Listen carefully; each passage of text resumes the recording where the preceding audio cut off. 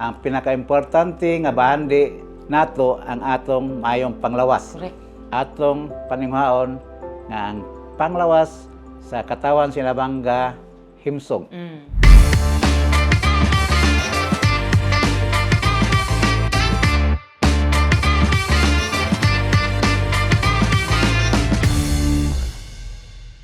Ngano sir nga duol sa imong kasing-kasing ang mga maadjong prinsipyo sa good health or maadjong panglawas or himsog nga lawas and proper sanitation or hinlo nga palibot.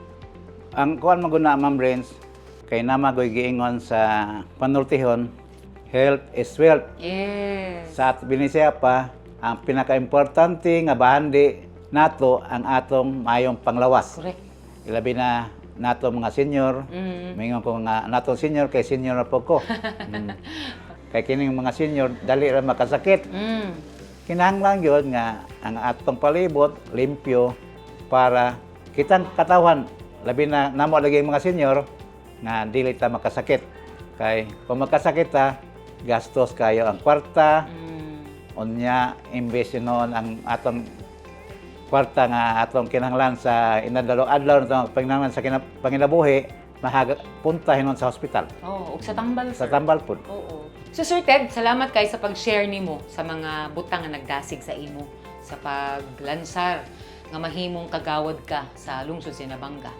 Atog yung paningwaon nga ang atong palibot sa Inabanga limpyo.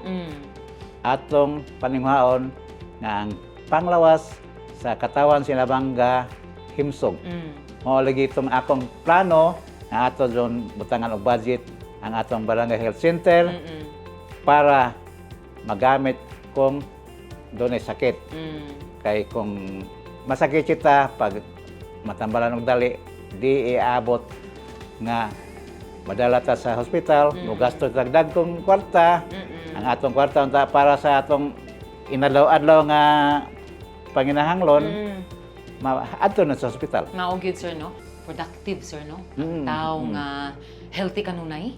Unya kung hinlo ko imong palibot, healthy jud ka kay way kagaw. Unya kung di ka absent, productive kaayo.